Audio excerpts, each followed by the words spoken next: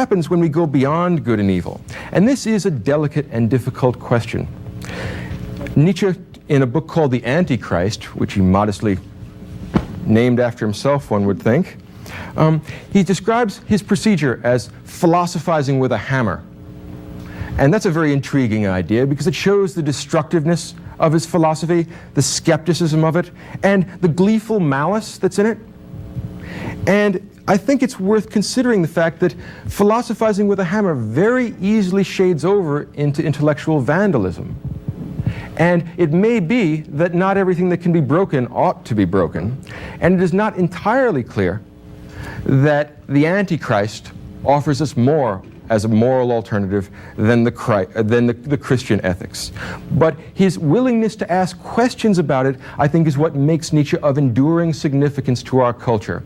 For all the madness, for all the evil that's built into it, it's probably the most significant moral development since, I don't know, the Enlightenment anyway. And in terms of its artistic qualities, I think that Nietzsche is probably in the same league as Plato. And as a great poet-philosopher, Nietzsche and Plato are the two greatest figures who combine art and philosophy. Those of you who have read Nietzsche will know that his critical capacity is awesome and his artistic capacity is quite great.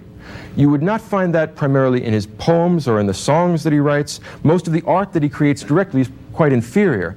But his prose poetry is the greatest in the German language and probably the greatest in the Western tradition.